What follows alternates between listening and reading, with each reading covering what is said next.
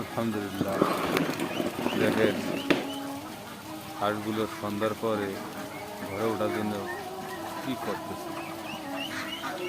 যারা হাঁস পালন করবেন, খামার করবেন, তাদের উদ্দেশ্য বলছি, দেখেন এর প্রতি মহব্বত ভালোবাসা না থাকলে পোষা যায় না। এখন ঘরে উঠবে, সন্ধ্যা হয়ে গেছে, খুব ব্যস্ত হয়ে গেছে, এটাকে এখন খাবার খাবে। যার যার খাবার, যার যার পাত্র, যার যার স্ন্যাক্স এসে পৌঁছায় গেছে। কি সুন্দর, বাচ্চাগুলো বাচ্চার কায়দায়, বড়োগুলো বড়ো কায়দায়, মাজারেরগুলো মাজারের কায়দায়, যার যার গন্তব্যে এসে পৌঁছায় গেছে। পুরো ঘর যার যার স্থানে, দেখেন পানি খাবার, কেউ খাবার, এই যে আবার দেখেন বাচ্চাগুলো বাচ্চার কায়দায় তার গন্তব্যে সে পৌঁছায় গেছে।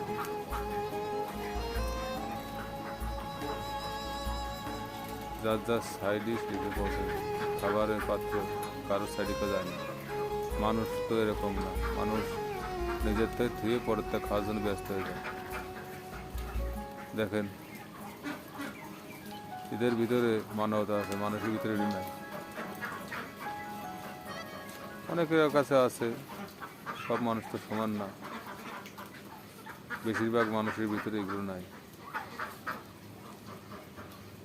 কি সুন্দর না?